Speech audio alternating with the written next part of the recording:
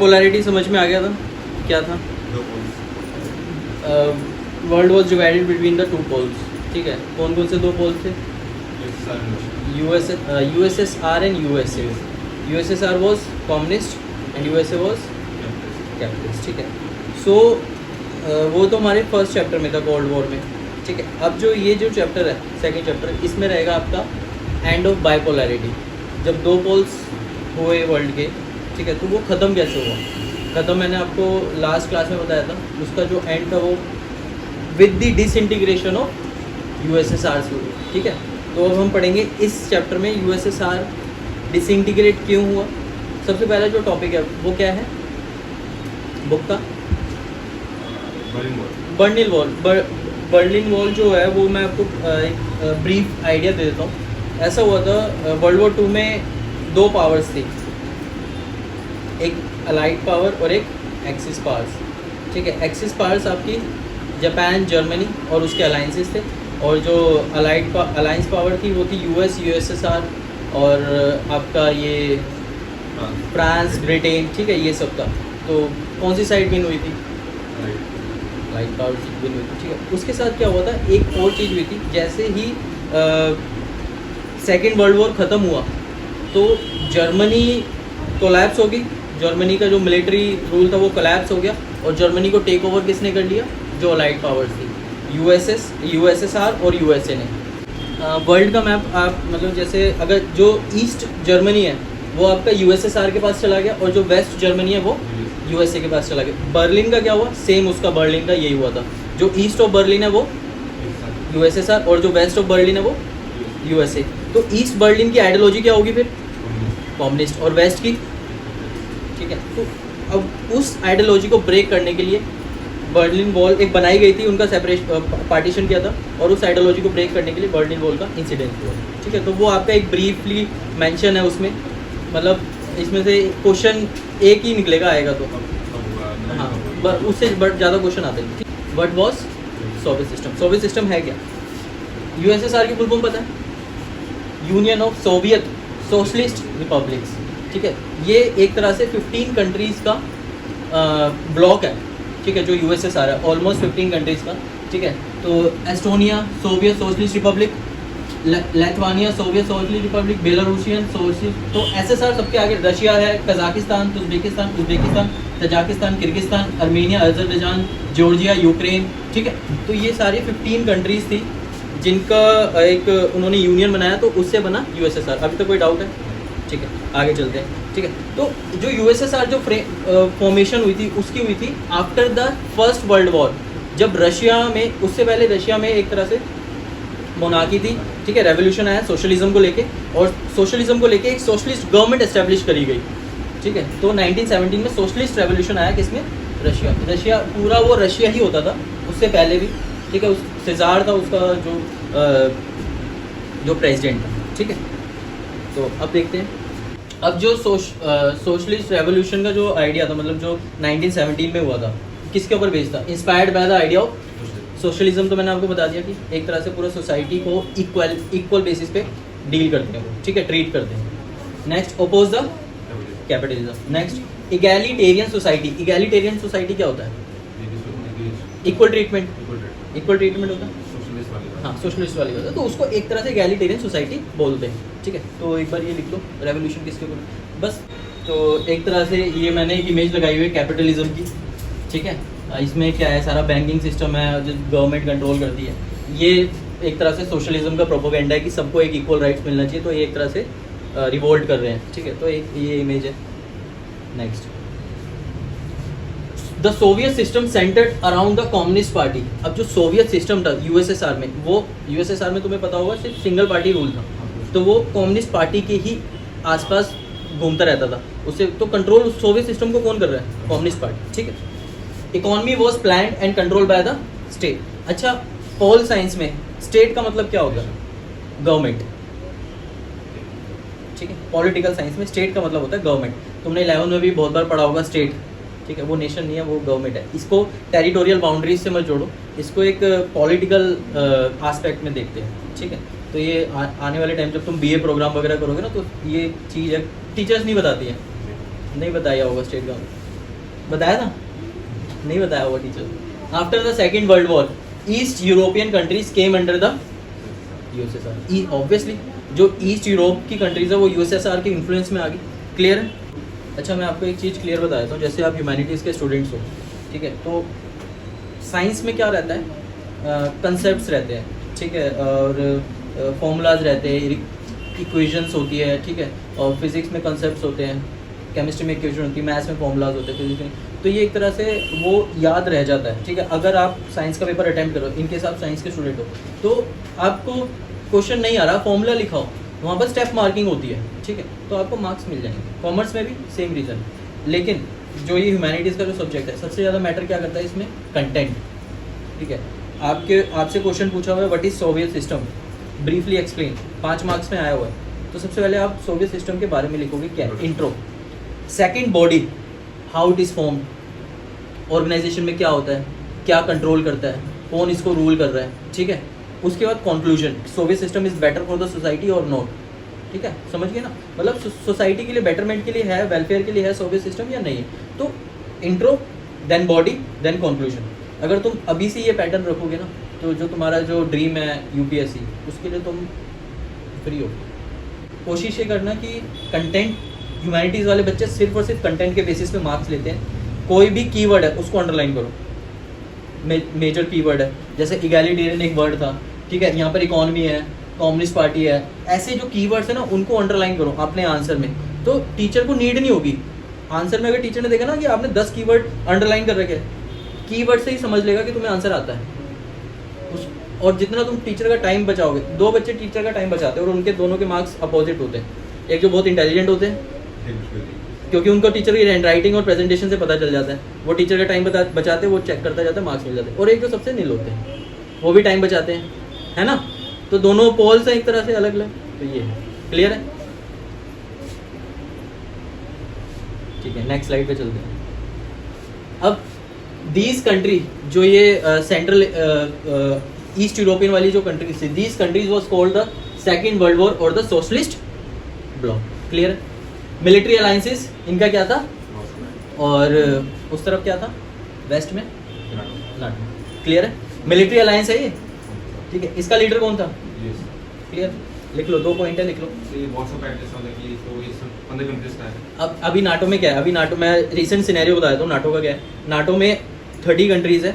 NATO का एक rule है बहुत अच्छा, इन केस किसी भी एक्सटर्नल कंट्री ने किसी एक, हाँ सब मिलके, तो मिलिट्री पैक्ट यही है, वॉर्सो पैक्ट है, मिलिट्री एक्ट। तो इसका लीडर यूएसएसआर तो 15 कंट्रीज मिला के, हाँ, फिर पैक्ट है, पैक्ट होता है एग्रीमेंट, 15 कंट्रीज का। देखो मैं बताता हूँ, यूएसएसआर में जो मेजर जो कंट्री कंट्रोल करती है ना, वो होती है रशिया, ठीक है। तो एक तरह से आगे चैप्टर में पढ़ेंगे कि सारा जितना भी यूएसएसआर का जो भी वर्कलोड था सारा रशिया के ऊपर गया है। कुछ उसको अच्छी चीज़ें भी मिली है, कुछ बुरी चीज़ें भी मिली है, हाँ, ठीक है। तो एक तरह से वार्सो पैक्ट को पूरा अच्छे से कंट्रोल, सारी कंट्रीज ना मिलके जो उनकी गवर्नमेंट थी वो एक यूएसएसआर का ब्लॉक बनाती है, ठीक है।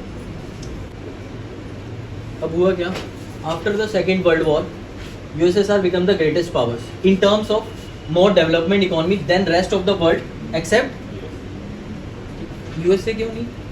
क्योंकि यूएस उस टाइम पे भी बहुत ज़्यादा आगे टेक्नोलॉजी में एडवांस था उस टाइम पे, क्योंकि जिस टाइम पे किसी ने एटॉमिक बम का सोचा नहीं था उसने बना लिए थे और ड्रॉप कर दिए थे, तभी यूएसएसआर थोड़ा सा घबरा गया। यूएसएसआर एक तरह से मतलब यूएस के कंपेयर में इकोनॉमिकली थोड़ा सा वीक था, टेक्नोलॉजी वीक था, लेकिन रेस्ट ऑफ द वर्ल्ड के कंपेयर में वो भी काफ़ी एडवांस लेवल पे था। उसके पास क्या क्या था, communication network, vast energy resources जिसमें ऑयल आज भी है, आयरन स्टील, ऑयल आज भी है ना रशिया के पास। अभी क्या हो रहा है, रशिया ऑयल किसको दे रहा है? इंडिया को। क्यों दे रहा है? ऐसा है ना कि यूरोपियन कंट्रीज़ के पास जाता था पहले उसका, ठीक है। तो हुआ क्या, वो अपोज करने लग गया उसका इन्वेजन, तो उसने क्या करा और उससे बॉयकॉट कर दिया, सैंक्शंस लगा दिए यूएस ने। तो उसने अपना ऑयल अच्छे दामों में और सस्ते दामों में इंडिया को बेचने लगे। इसकी मेरी एक फुल वीडियो मेरे यूट्यूब चैनल पे रशिया के क्रूड ऑयल वगैरह के बारे में, ठीक है। तो वास्ट एनर्जी रिसोर्सेज, रशिया के पास बहुत ज़्यादा एनर्जी रिसोर्सेज हैं और नेचुरल रिसोर्सेज भी है, नेचुरल गैस, ठीक है। अब मैं आपको एक फैक्ट बताता हूँ, अलास्का सुना होगा आपने वर्ल्ड मैप में। वो रशिया ने भेज दिया रशिया को भेज दिया था अमेरिका को। कब भेजा था? 19th सेंचुरी में, end of the 19th century में। उसको लगा ये बर्फ़ का वो है, मैं करूँगा क्या, लेकिन अब रिसर्च में ये आया है कि वो नेचुरल गैसेस का भंडार है। तो ट्रांसपोर्ट सेक्टर में, connecting to the remote areas, और मशीन प्रोडक्शन में। मुझे तो समझ मुझे एक बात समझ आती है कि जब लड़ाई है फिर कैसे बेचेस लेते हैं सामान, जैसे अलास्का बेच दिया तब भी लड़ाई थी, तब भी लड़ाई थी, तब भी बेच दिया, तब तब भी भी बेच भेज दिया। देखो ऐसा होता है, मैं आपको क्लियर बता देता हूँ। वर्ल्ड में लड़ाई किस चीज़ की है, एक बार बताओ आप। और किस पावर कैसे? इकोनॉमिक पावर है। हाँ, इकोनॉमिक पावर कोई कैसे कंट्रोल करेगा? सपोज करो आपका ये घर है और मेरा पड़ोस वाला घर है, ठीक है, हमारा कन्फ्लिक्ट है, ठीक है, लेकिन जो मेरा जो पड़ोस का घर है उसमें क्या रहता है कि मेरे को आपके घर से होके ही काम पे जाना होता है। जो भी मेरा वर्क है, जो भी काम है, जो भी जॉब करता हूँ मैं, और कोई रास्ता ही नहीं है। अगर आप मेरा रास्ता ब्लॉक कर दोगे तो क्या हो जाएगा? मेरा तो इकॉनमी डाउन। वर्ल्ड में क्या है, रूट्स के ऊपर जो वाटर रूट्स हैं उसको कंट्रोल करने की लगा हुआ है कि कैसे। अभी चाइना भी कंट्रोल कर रहा है, ठीक है ना, नेवल बेसिस बना रहा है, सुना होगा तुमने। श्रीलंका में बनाया है, बांग्लादेश में बनाया है, पाकिस्तान में ग्वादर बनाया है ना। तो ये सब चीज़ें हैं। नेक्स्ट स्लाइड क्या कहती है? अच्छा, उसमें क्या अवेलेबल होता है? गवर्नमेंट सब्सिडीज़ भी अवेलेबल थी, क्योंकि शुरू में क्या था, सोशलिस्ट था ना। अब ऐसा होता है, सपोज करो आप 10th के बाद अभी आप क्या करोगे, जैसे आपका 12th ख़त्म होगा, ठीक है, तो आप कॉलेज में जाओगे। कॉलेज में जाके आपकी एक नई एनर्जी होगी, नई नई चीज़ें एक्सप्लोर करोगे। अच्छा आपको भी अच्छा लगेगा। जब कोई नई चीज़ स्टार्ट होती है ना तो सब कुछ अच्छा लगता है। अभी आप यहाँ पर कोचिंग में आ रहे हो, अभी आप सर मज़े कर रहे हैं, अच्छा लग रहा है। जब टेस्ट लूँगा तब ठीक है, जब बुक्स खरीदते हैं तो बड़ा अच्छा है। हाँ ठीक है, धीरे धीरे। तो उसमें क्या है कि नई सोशलिस्ट कंट्री बनी है, सब्सिडीज़ है, health, education, child care, welfare scheme है, नो अनएम्प्लॉयमेंट। ऐसा कोई है ही नहीं जिसके पास काम ही ना हो, सबके पास काम चल रहा है। अब धीरे धीरे क्या हुआ कि जब स्टेट ओन कर रही है हर चीज़, स्टेट मतलब गवर्नमेंट ओन कर रही है, तो गवर्नमेंट का क्या होगा, डोमिनेंस, कंट्रोल करेगी पावर। तो यही हो रहा है। उसके जब डोमिनेंस एक लेवल पे स्टार्ट हो जाता है तो अथॉरिटेरियनशिप आती है, अथॉरिटी उनके हाथ में। देन उसके बाद क्या आ जाता है, अथॉरिटेरियनशिप के बाद क्या आता है, डिक्टेटरशिप। चीज़ें कहाँ से शुरू होती है, socialist, communist, authoritarian, then peak पे क्या आता है, फिर उसके बाद downfall. D for dictator, D for downfall, खत्म, ठीक है। तो स्टेट ओनर्स जो हैं वो डोमिनेट कर रहे हैं लैंड को और प्रोडक्शन को। अब सोवियत सिस्टम ब्यूरोक्रेटिक हो गया एंड अथॉरिटेरियन हो गया। ब्यूरोक्रेटिक क्या होता है, ब्यूरोक्रेसी क्या होती है, एडमिनिस्ट्रेटिव वाले, ठीक है। तो ऑफिसर जितने भी होते हैं उनको ब्यूरोक्रेट्स बोलते हैं। तो वो जो गवर्नमेंट रन करते हैं उसको क्या कहते हैं, ब्यूरोक्रेटिक गवर्नमेंट। जब ऑफिसर्स रन करने लग जाते हैं, जब ऑफिसर्स रन करेंगे तो क्या होगा, तो उससे क्या होगा, make life of citizens very, ठीक है ना। अब एक बार बताओ ना, आपके पिताजी हैं, अभी आपको मतलब फ्रीडम दी हुई है कि आपने आर्ट्स का स्लेब अपना खुद ही चूज़ करा है, ठीक है। तो थोड़ी सी स्ट्रिक्टनेस हो जाती है तो पिताजी तो मेडिकल दिलवाते मेरे को लग रहा है ना। तो बस, तो अथॉरिटेरियनशिप वहाँ पर स्टार्ट हो जाती है। अभी तुम्हारे घर में डेमोक्रेसी है, ठीक है। लैक ऑफ डेमोक्रेसी, जहाँ अथॉरिटेरियनशिप और ब्यूरोक्रेटिक होते हैं वहाँ डेमोक्रेसी खत्म हो जाती है। Absence of freedom of speech, बोलने की आज़ादी नहीं है। वन पार्टी सिस्टम क्या है,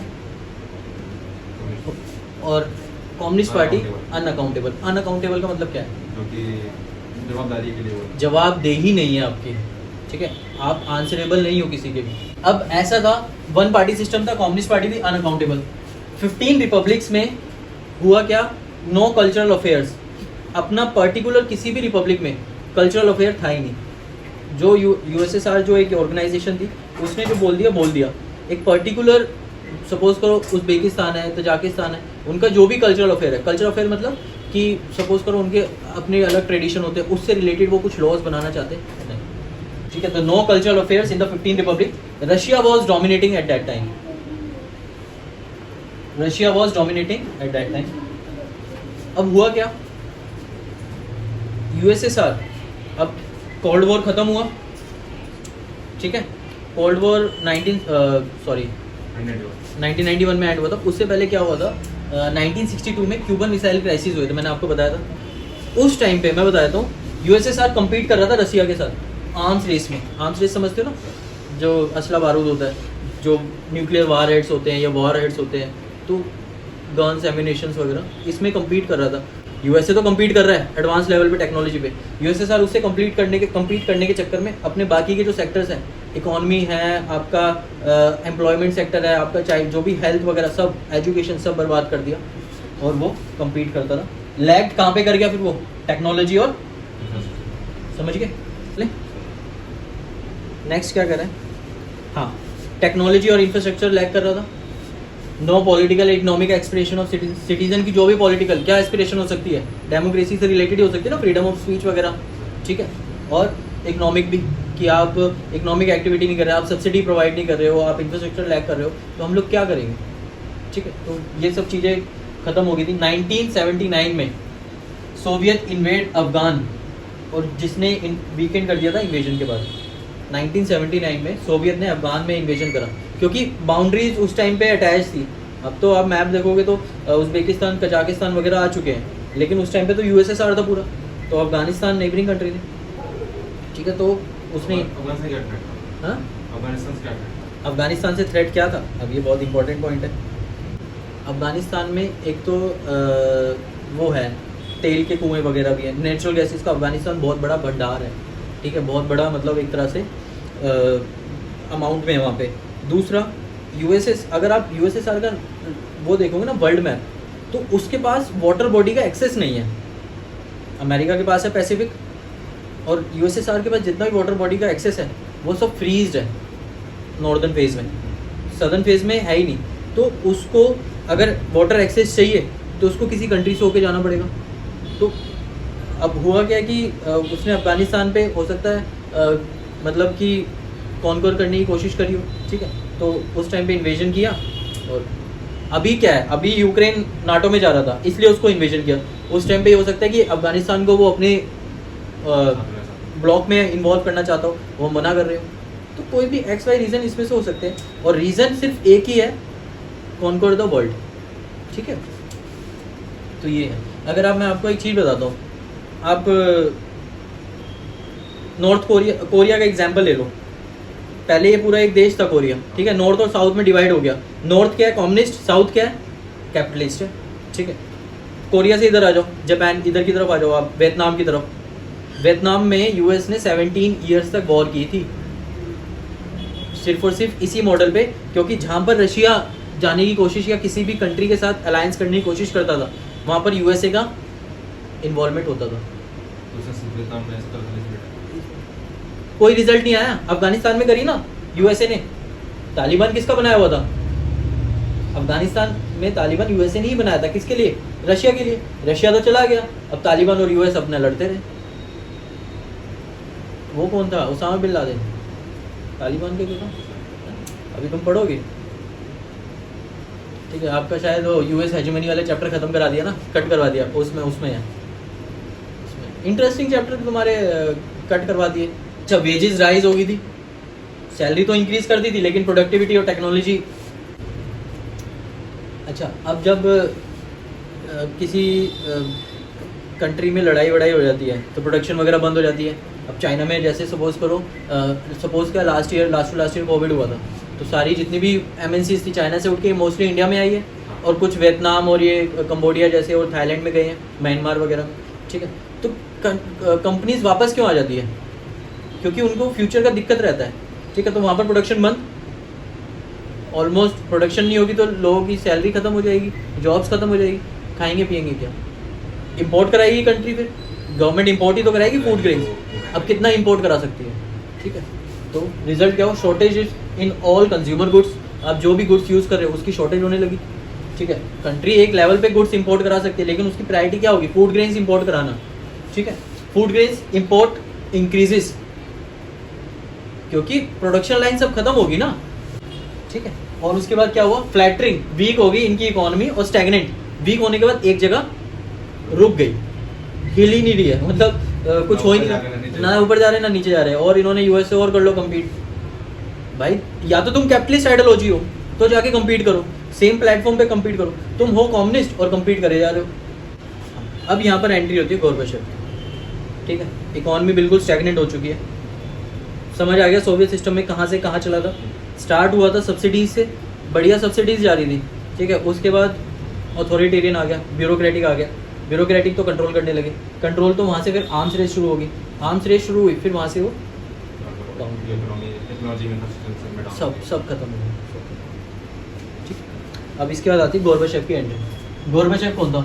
माइकल गोर्बाचेव, जनरल सेक्रेटरी था कम्युनिस्ट पार्टी का 1985 में, तो जनरल सेक्रेटरी था कम्युनिस्ट पार्टी का। अच्छा, गोर्बाचेव ना बहुत सही चीज़ करती है। अच्छा, लोगों को ना जल्दी से अच्छी चीज़ें समझ में नहीं आती।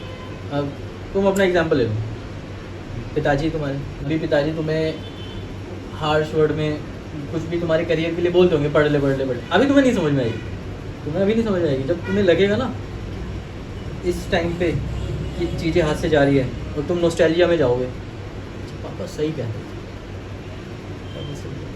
थोड़ा सा रिवीजन वगैरह करनी चाहिए, ठीक है। तो वही गोर्बाचेव क्या कह रहा था? रिवीजन, रिफॉर्म्स लाओ भाई, इंफॉर्मेशन और टेक्नोलॉजी में रेवोल्यूशन की बहुत ज़रूरत है, जो तुम्हें वेस्ट में एक जगह बना के देगी। वेस्ट में मतलब वेस्ट की कंट्रीज़ के साथ तुम compete कर पाओगे, तो रिफॉर्म्स आना बहुत ज़रूरी है। लोगों को लगा क्या कह रहा है ये, दिमाग से लग गया इसका, क्या कहता क्या है ये, मतलब ऐसा कुछ होता है क्या? इंफॉर्मेशन और टेक्नोलॉजी में भी क्या रेवोल्यूशन होता है? तो आ जाएगी जब आनी होगी। नहीं समझ में आई ना? 1985 में बोल रहा था, 6 साल में ख़त्म हो गया, ठीक है।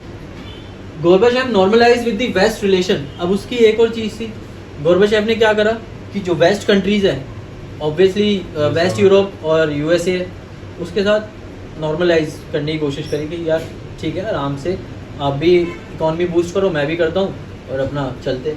उसके साथ साथ democratise and reform the Soviet union. और क्या चाह रहा था वो? सोवियत में रिफॉर्म लाना और डेमोक्रेसी लाना। तो गोर्बाचेव क्या दो चीज़ें चाह रहा था? Normalise with the west and democratise reforms the Soviet Union. जो भी सोवियत यूनियन के जो भी लॉज है, जो भी मतलब वो कानूनों के तहत जो भी रूल्स एंड रेगुलेशन है, उनको वो डेमोक्रेटाइज, मतलब डेमोक्रेसी में क्या होता है यार? फ्रीडम ऑफ स्पीच होता है, लिबर्टी होती है, राइट टू लाइफ होता है, स्पीक, रिलीजन, मतलब आपको इंडिया, आपने वर्किंग कॉन्स्टिट्यूशन पढ़ा है ना, कहाँ से शुरू है? राइट्स, फंडामेंटल राइट्स, कौन से आर्टिकल से?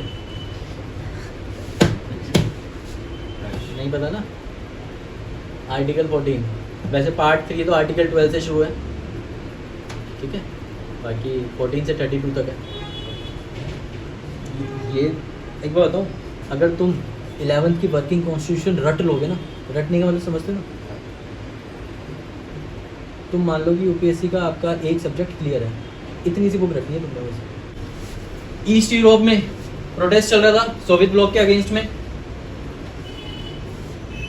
तो अब यहाँ से चीज़ें शुरू खराब होना शुरू हो गई। क्लियर है? गोर्बाचेव की इनको बात समझ में नहीं आई। Communist regime collapsed one after the another. अब ऐसा था 15 ब्लॉक्स थे, 15 कंट्रीज थी, उनका यूनियन था, तो धीरे धीरे वो कोलैप्स होने लगी। Led to the disintegration of Gorbachev initiated. उसने क्या क्या किस चीज़ में इनिशिएट करना शुरू किया था? इकोनॉमिक, पॉलिटिकल और डेमोक्रेटिक, ठीक है। तो ये लिखो, ये कोलैप्स से क्या मतलब? धीरे धीरे इकोनॉमी खत्म हो गई ना। कम्युनिस्ट रिजीम होता है कम्युनिस्ट गवर्नमेंट। ऐसा है ना कि इन्होंने लास्ट स्लाइड में क्या था? लास्ट लाइन क्या थी? प्रोटेस्ट कर दिया। East Europe, Soviet block protest कर रहे हैं किसके खिलाफ? गवर्नमेंट। और धीरे धीरे मतलब कैपिटलिस्ट तरफ बनाना चाह रहे हैं। हाँ, वो कैपिटलिस्ट बनाना चाह रहे हैं। एक तरह से वो गवर्नमेंट के अगेंस्ट जा रहे हैं, और गवर्नमेंट एक तरह से कोलैप्स हो रही। गवर्नमेंट लोग डिसॉल्व कर दी लोगों ने, गवर्नमेंट की बात ही नहीं मान रहे। और उसकी वजह से क्या हुआ? वहाँ पर लोकल पार्टीज, अब सपोज करो इंडिया में जो सेंट्रल गवर्नमेंट है वो अपनी चलाने लगे, ठीक है, तो अपोजिशन सारा एक वो बनाएंगे, ठीक है, और सिटीजन्स भी अपोजिशन के साथ हो जाएंगे, तो एक गवर्नमेंट अपना, तो ये होता है कोलैप्स हो जाना। या तो मिलिट्री रूल आ जाए। तो यहाँ पर मिलिट्री रूल की तरफ जा रही थी चीज़ें, कि मिलिट्री अपने हाथों में लेने लगे, ठीक है। मिलिट्री रूल समझते हो ना? पाकिस्तान का तुम हिस्ट्री उठा के देख लेना। अभी इंडिया वाली जो हम बुक पढ़ेंगे ना, इंडिया वाली बुक में भी ये चैप्टर और इसमें भी है, पाकिस्तान के किसी भी प्राइम मिनिस्टर ने अपने पूरे 5 साल कंप्लीट नहीं करे। अब इमरान नहीं करे। मिलिट्री सही, वहाँ मिलिट्री सही नहीं है या गवर्नमेंट सही नहीं है? वहाँ पर पाकिस्तान सही नहीं है। पाकिस्तान में सिर्फ एक ही चीज़ सही है, वो है कश्मीर जो उनके पास है वो हम ले लेंगे। पंजाब बहुत अच्छी जगह है। देखो ऐसा पाकिस्तान के लोग बुरे नहीं हैं वहाँ। अब एक बात बताओ, सपोज करो तुम्हारा कोई दोस्त है, वो गलत हरकतें करता है, उसके पेरेंट्स उसको सपोर्ट करते हैं, कौन गलत है, पेरेंट्स या लड़का? मतलब सब ऑब्वियसली पेरेंट्स उसको कंट्रोल कर सकते हैं ना, तो कौन गलत है? कंट्रोल करने वाला गलत है, ठीक है। तो वो कंट्रोल क्यों नहीं कर रहे? तो पाकिस्तान में सबसे पहले जो गलत है वो गवर्नमेंट है। गवर्नमेंट किसके इशारों पे चल रही है? मिलिट्री किससे डरी हुई है? टेररिस्ट। तो यहाँ पर ना एक वो होता है कोयल, स्पाइरल कोयल होता है ना, जो घूम के एक साथ ही आ जाता है। टेररिस्ट तो गवर्नमेंट वाला रखा है। टेररिस्ट जो टेररिस्ट ऑर्गेनाइजेशन है ना, जैसे जैश ए मोहम्मद है, खत्म कर दिया। जब बड़ी मिलिट्री है इतना खत्म कर दो, उन्हें तो पता ही नहीं कर सकते ना वहाँ पर। टेररिस्ट को खत्म कैसे करोगे? वहाँ तो आए दिन ह्यूमन बॉम्ब की वो वीडियो आ जाती है। मैं ये ना एक तरह से वो है, साइकिल है, लोगों से टेररिस्ट बनते हैं, लोगों से गवर्नमेंट बनती है। तो मतलब मेन सोर्स ऑफ वहाँ पर रूल क्या है? जो सिटीजन्स है, ठीक है। अगर वो टेररिस्ट ना बने, आइडियोलॉजी उनकी इस्लामिक आइडियोलॉजी है, इस्लामिक आइडियोलॉजी में वो जिहाद करते हैं, ठीक है। तो अगर वो चीज़ ना हो ना, तो वहाँ पर गवर्नमेंट बहुत अच्छे से चल जाए। फॉर्म से गोरबाचेव के वो कौन अपोज कर रहे थे? कम्युनिस्ट पार्टी के लीडर्स, ठीक है। कूप 1991 में, कूप मतलब होता है तख्ता पलट, मतलब एक तरह से कि सरकार पूरी एक तरह से बदल गई, कोई और रूल कर रहा है, या तो मिलिट्री रूल कर रहा है या कोई और गवर्नमेंट रूल कर रहा है। तो 1991 में कूप होने लगा, encourage by the communist people, ठीक है। बोरिस येल्सिन, एक ये बहुत अच्छा मतलब बहुत इंपॉर्टेंट नाम है, इसको इंपॉर्टेंट मतलब मेंशन कर लेना। इसने क्या करा? ये कूप के अगेंस्ट में था कि आप पूरी तरीके से गवर्नमेंट को मत हटाओ, लेकिन ये रशिया के उसमें था ना, रशिया का हीरो बन के आया था फिर। तो ये था, तो मतलब ये था कि 1991 में कूप होने वाला था, लेकिन इसने बोला कि कूप मत करो। मिलिट्री कूप की बात हो रही है यहाँ पे, क्योंकि इसने अपनी गवर्नमेंट एस्टैब्लिश करनी थी। तो इसने क्या करा फिर? रशिया में गवर्नमेंट एस्टैब्लिश कर ली। डिसइंटीग्रेशन तो हो गया। लोग तो चाहते थे कि कूप हो जाए, मतलब तख्ता पलट हो जाए, सियासत बदल जाए, जो भी गवर्नमेंट है वो चेंज हो जाए, लेकिन ये नहीं चाहता था, ये अपोज कर रहा था, क्योंकि इसका अपना खुद का एक फ़ायदा था, ठीक है ना। हाँ देखो ऐसा है, लोगों के हित में कोई नहीं करता काम। स्टार्टिंग में करने का मन करता है, स्टार्टिंग में वही है ना, मैंने वो होता है ना, नया रजिस्टर लाते हो अच्छा लगता है, ऊपर सबसे पहले ओम लिखोगे, शुभ लाभ लिखोगे, मतलब एक होता है ना कि साफ सुथरी हैंड राइटिंग। ऐसी जब क्वेश्चन पेपर आता है, पहली शीटें ऐसी होगी कि वाह, जैसे साक्षात इंद्रदेव ने लिखी हो, उसके बाद तो फिर राक्षस आ जाते हैं। तो वही चीज़ है, शुरू में सब चीज़ें अच्छी लगती हैं।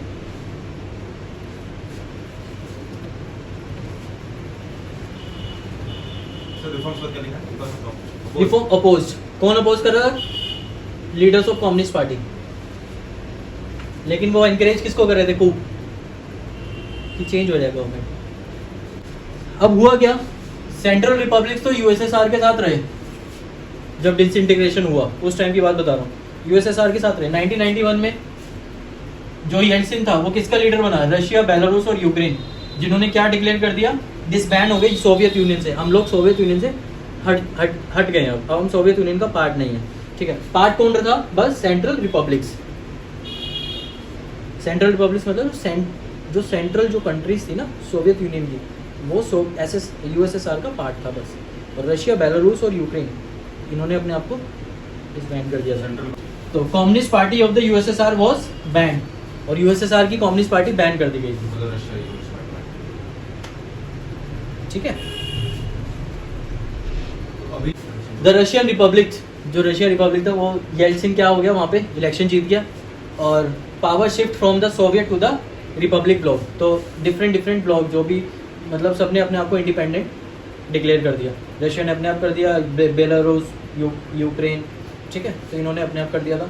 जो सेंट्रल एशिया, अभी हम आगे बढ़ेंगे, सेंट्रल एशिया में जो कंट्रीज आती थी यूएसएसआर की, उन्होंने खुद ने एक अपना ऑर्गेनाइजेशन फॉर्म कर ली थी, रिपब्लिक का मतलब है किसका? रिपब्लिक का मतलब क्या है? रिपब्लिक डे क्यों मनाते हैं हम? तुम 12th क्लास में हो, पॉल साइंस के स्टूडेंट हो, तुम्हें पता होना चाहिए रिपब्लिक डे क्यों मनाते हैं।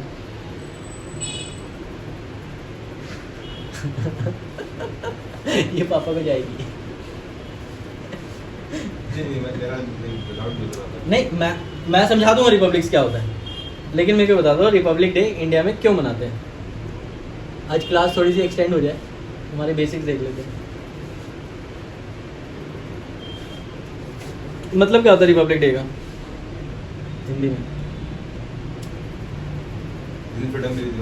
हिंदी में मतलब क्या होता है रिपब्लिक डे का? इंडिपेंडेंस डे क्यों मनाते हैं? स्वतंत्र दिवस। रिपब्लिक डे को क्या कहते हैं? गणतंत्र दिवस। जिस दिन मतलब वो बनाया था कॉन्स्टिट्यूशन, जिस दिन हमने कॉन्स्टिट्यूशन अडॉप्ट करा था, उस दिन बहुत सारी चीज़ें अडॉप्ट करी थी। National flag, national anthem, constitution. जो रिपब्लिक, इंडिया रिपब्लिक कंट्री है, रिपब्लिक कंट्री का मतलब क्या होता है? Head of the state elected है। आगे समझ में? और इंडिया का हेड ऑफ द स्टेट कौन है? Head of the government prime minister. ठीक, क्लियर है? तो इंडिया रिपब्लिक है। सॉवरन का मतलब क्या होता है? प्रियम्बल देखा है ना? Sovereign, socialist, democratic, Republic. Sovereign का मतलब क्या होता है? ये तुम बताओगे मेरे को, ये नहीं बताऊंगा मैं, कल बताओगे तुम सॉवरन का मतलब क्या होता है। ठीक है? हाँ, तो ये रशियन रिपब्लिक, अब इनका जो इलेक्टेड हेड था, इन्होंने खुद इलेक्शन कराया। जो इलेक्टेड, जहाँ भी इलेक्शन हुए, जो इन्होंने खुद अपना एक हेड चुना, तो उसको क्या बोला गया? Russian Republic. क्लियर है? ठीक है, आगे चले। रशिया में तो वो तो अपने सोवियत से अलग हो गए, लेकिन जो यूएसएसआर जो बचा है, उसमें कम्युनिस्ट पार्टी बैन कर दी गई। उन्होंने बनाया फिर एक अलग अभी भी ऐसा चलते हैं। अभी सब अलग अलग हो चुके हैं, छोटी छोटी कंट्री, अर्मेनिया, उज्बेकिस्तान, अजरबैजान। तो कोई कम्युनिस्ट आइडियोलॉजी फॉलो करता है, कोई कैपिटलिस्ट आइडियोलॉजी, सबके अपने अपने वो है, इंटरेस्ट के ऊपर है। इन तीनों का लीडर बना और इन्होंने क्या डिक्लेयर कर दिया? सोवियत यूनियन से फिर एक साथ निकला, फिर अलग हो गए, सिर्फ रशिया के टाइम पर आएगा। मतलब जो ये डिक्लेरेशन है वो येल्त्सिन के अंदर हुआ था, है ना? ठीक है, आगे समझ में? पूरा लिख लिया ना? ये भी लिख लिया।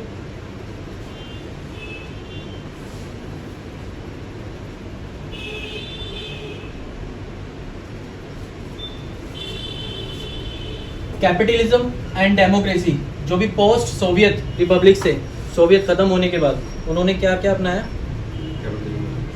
क्लियर है? एक ये पॉइंट। यूएसएसआर का डिसइंटीग्रेशन डिक्लेयर हो चुका था। एक कॉमनवेल्थ इंडिपेंडेंट स्टेट बनाई गई थी जो सेंट्रल एशिया रिपब्लिक्स थी। ठीक है, उन्होंने मिलकर एक ऑर्गेनाइजेशन बनाई थी। ये 1 मार्क में आ सकता है आपके। कॉमनवेल्थ ऑफ इंडिपेंडेंट स्टेट किसने बनाई थी? और ये फाउंडिंग मेंबर्स भी थे जो सेंट्रल एशिया के थे। अब Russia was the successor of Russia. Soviet seat किसकी मिली यूएन में? किसको? यूएन हुआ था ना 1945 में, यूएन बना था। यूएन से पहले कौन सा वो था? League of nation. League of nation कब बनाया गया था? वर्ल्ड वॉर 1 के बाद 1921 में। और Russia all international treaties and commitments of Soviet, ये भी किसको ट्रांसफर हुए थे? क्योंकि एक सबसे बड़ा ब्लॉक यही था। Only nuclear state post Soviet. तो Russia was the own. Ukraine के पास एक चेर्नोबिल न्यूक्लियर प्लांट। हाँ, तो प्लांट था, तो फिर क्यों नहीं था स्टेट? ऐसा है ना, ये तुम आगे पढ़ोगे। 1967 में एक ट्रीटी हुई थी, एनपीएफ, नॉन प्रोलिफरेशन ट्रीटी। तो उसमें ये था 1967 से पहले जिसने भी न्यूक्लियर टेस्ट कर लिए, न्यूक्लियर स्टेट डिक्लेयर हो जाएंगे। तभी तो इंडिया का इशू चलता है कि इसको इंडिया से बात किया, इंडिया ने उसके बाद क्या पड़ता है, चुपचाप किया था मुझे। आ गया समझ में? तो वो चीज़ भी आप आगे पढ़ो कि हम उस सेगमेंट में आने चाहते हैं जिस सेगमेंट में न्यूक्लियर ट्रीटी न्यूक्लियर टेस्ट वगैरह होते रहते हैं, मतलब जो कंट्री जैसे यूएन के 5 मेंबर्स जो हैं जिनके पास वीटो पावर है, वो सेगमेंट में उसमें आते हैं, उसमें फॉल करते हैं उस क्राइटेरिया में। हम आना चाहते हैं तो चाइना हमारे ऊपर वीटो लगा देता है। वीटो भी हमारा ही था, वो हमारे वरिष्ठ नेता थे जवाहरलाल नेहरू जी, तो उन्होंने क्या पावर वावर, हम तो पीस में, नो पावर ओनली पीस,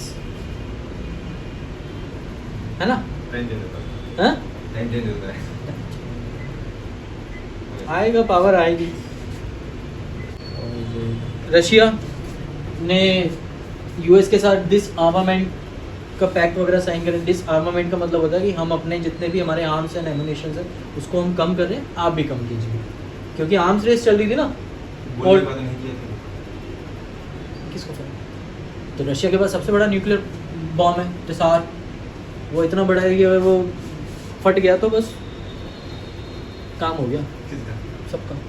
बहुत बड़ा, बहुत मतलब एटॉमिक, और जो वो थे ना हिरोशिमा नागासाकी, वो तो कुछ नहीं है उनके सामने, वो तो पेबल्स, कंचे, वो वैसा है। वो तो देख ले, वो तो रशिया ने बता दिया, हाँ, उसका नहीं बताया। ऐसा होता है, हर कंट्री का एक स्पाई एजेंसी होती है, सब पता लगा देती। ये तो रशिया ने बता दिया है, कुछ ऐसे भी जो रशिया ने नहीं बताया, जैसे चाइना ने कहाँ बताया था, ये बायोलॉजिकल वार ही तो है, बायोलॉजिकल वॉर ही तो है कोविड की, बायो वेपन्स कहते हैं इनको, चाइना ने कहाँ बताया?